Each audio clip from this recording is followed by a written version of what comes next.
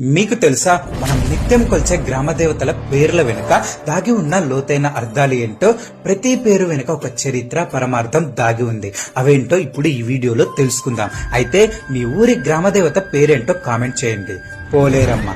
గ్రామం పొలిమేరలో అంటే సరిహద్దులో నిలిచి ఊరిని కాపాడే తల్లి. అందుకే ఈమె పొలిమేరమ్మ కాస్త పోలేరమ్మ అయ్యింది. ఎల్లమ్మ. ఎల్ల అనగా సరిహద్దు అని అర్థం. సరిహద్దుల వద్ద ప్రజలను రక్షించే అమ్మ. అందుకే ఈమెను ఎల్లమ్మ అంటాం. పోచమ్మ. ప్రజలను పోషించే తల్లి. మన జీవనాధారాన్ని, శ్రేయస్సును చూసే అమ్మ. అందుకే ఈమెను పోచమ్మ అంటాం.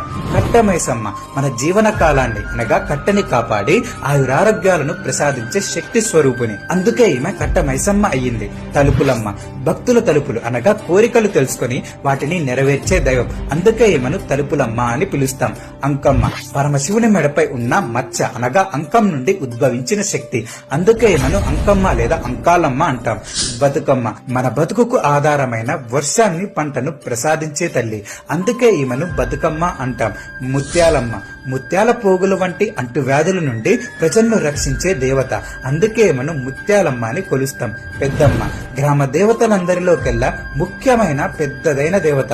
అందుకే ఈమెను పెద్దమ్మ అని పిలుస్తాం. మన గ్రామ దేవతలు కేవలం విగ్రహాలు మాత్రమే కారు, మన సంస్కృతి, నమ్మకాలకు ప్రతీకలు. గ్రామాన్ని, ప్రజలను